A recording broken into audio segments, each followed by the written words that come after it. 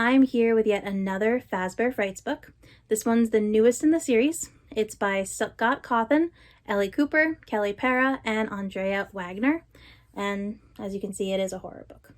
So I have to say that these books keep getting better and better. The stories are really interesting, and you can really start seeing some of the tie-ins to the video game, and of course the other books, which I'm going to talk about in another video. But if you like the games, these books will definitely be right up your alley. So this book is called Step Closer. It's the fourth one in the series. And as you can see, we got a sneaky looking Foxy on the cover, which is perfect because the first story deals with Foxy, and the first story is our title story, Step Closer. So in Step Closer, we have two brothers. The older brother's babysitting the younger brother and doesn't like that very much. They're at Freddy Fazbear's one day when the older brother gets the idea that he wants to scare his little brother. So he takes them sort of into a back room where they're not supposed to be, and they come across a broken animatronic, Foxy.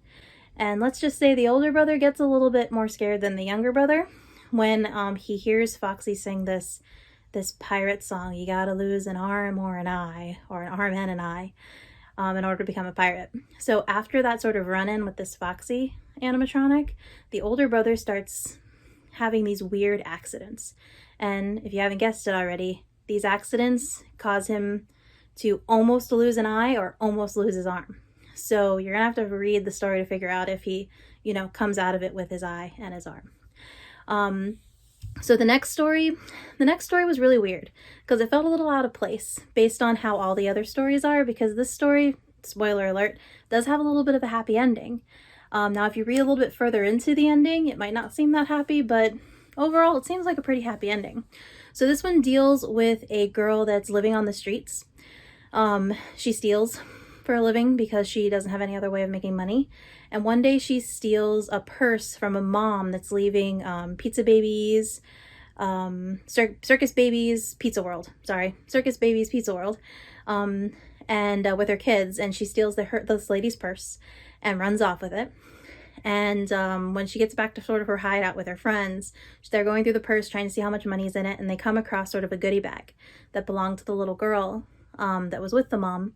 And inside this goodie bag is a pair of 3D glasses. So our main character puts them on, and when she puts them on, she sees Ballora. If you're familiar with the games, you know this is a character from an animatronic from the sister location games.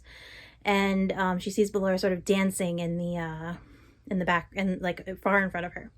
So every time she puts on these glasses, Ballora looks like she's getting closer and closer, and she starts sort of feeling overcome with guilt over stealing this purse and just stealing in general. So she sort of goes on the run to try to, make up for what she did. So you'll have to read to find out if Ballora gets her, or if she figures out how to get Ballora to leave her alone, and how this story actually ends. And as I said, it is a happy ending if you think of it that way, but you can also think of it as a not so happy ending. So the final story is my favorite. Probably my favorite out of all of these. I know that I say that at least once in all these videos, but this one generally is my favorite. It's a tearjerker, which you're probably surprised to hear in a Five Nights at Freddy's book, but it is. So this one deals with two sisters and their mom. As you're reading the story, you realize that they're going through a really bad time. Their dad's gone, left the family for some reason, and mom's not handling it well. The one sister's not handling it well. And the younger sister actually she's the older sister, I can't remember. But one of the sisters, Susie is her name, she feels ignored. Her sister's not talking to her, her mom's not talking to her, so she feels really ignored. So every night she's visited by a familiar animatronic from Freddy Fazbear's, Chica, comes to her every night and takes her away. Where she goes, we're not really sure, or you have to read the book to find out. But this one is pretty sad, but it also is sort of a key part to the games, like the lore of the games if you're into the games. So definitely check this book out. And yeah, so there's another one of these books coming out soon, the 5th book. Not quite sure when it's coming out, but I will definitely read that one and review it again. So yeah. Thanks for watching and happy reading.